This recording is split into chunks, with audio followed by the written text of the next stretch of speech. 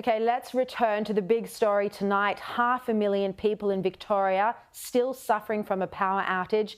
Let's bring in Sky News host in Melbourne, Steve Price. Great to see you, Steve. And here in Sydney with me, former Speaker of the House, Bronwyn Bishop. Great to see you, Bronwyn. See you. Steve, this has caused major issues in Victoria today. 500,000 people, by the latest figures, still without power.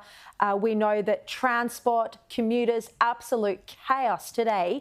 Look, Keith Pitt was on Sky News a bit earlier, and he said this is because of Victoria's over-reliance on renewables. Have a look at what he had to say. Welcome to a glimpse of the future for Victoria. If you want to know what it looks like without coal-fired power, this is it. Steve, do you think this is the reason that we've seen this chaos today?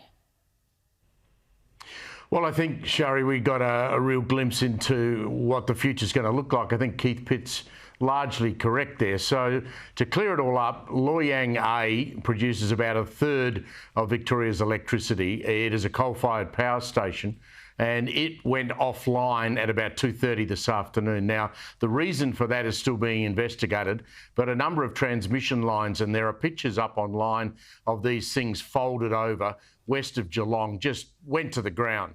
And so suddenly we had no power out of Loy Yang A. Victoria had to start importing electricity from Tasmania. The wholesale price of electricity went through the roof. And as you point out, 500,000 homes at its peak. I'm not sure how many are still off, but probably hundreds of thousands, many not due back on air till about 10:30 tonight. 9 train lines were shut down during peak hour in Melbourne, so people couldn't get home. And I've got to make the point here that Victorians, and Melbourne in particular, have had a very mild summer. There's been very rare days up over 35 degrees. We've had 2 days, 2 only, of hot temperatures, and the whole system's fallen over. And the best the Minister, Lily D'Ambrosio, could say today was, well, you can't control the weather. Look what global warming's doing to us.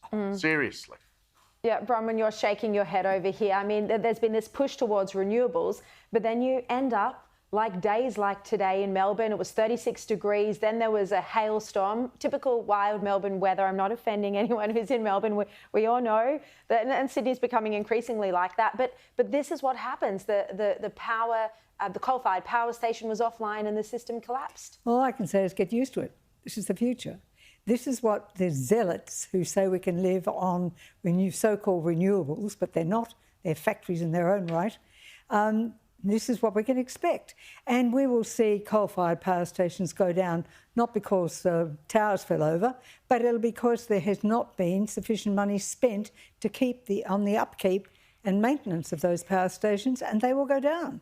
And this idea that you can stick a battery in somewhere that's going to give a smaller amount of power than the coal-fired power station gave is just going to be proven that everything people like me, like Rowan Dean, like so many others have been saying for so long, this is the future. It's madness. And that's why I can never forgive Morrison's giving away the fight and the right policies that the Liberal Party had and went off to Edinburgh because he wanted some popularity.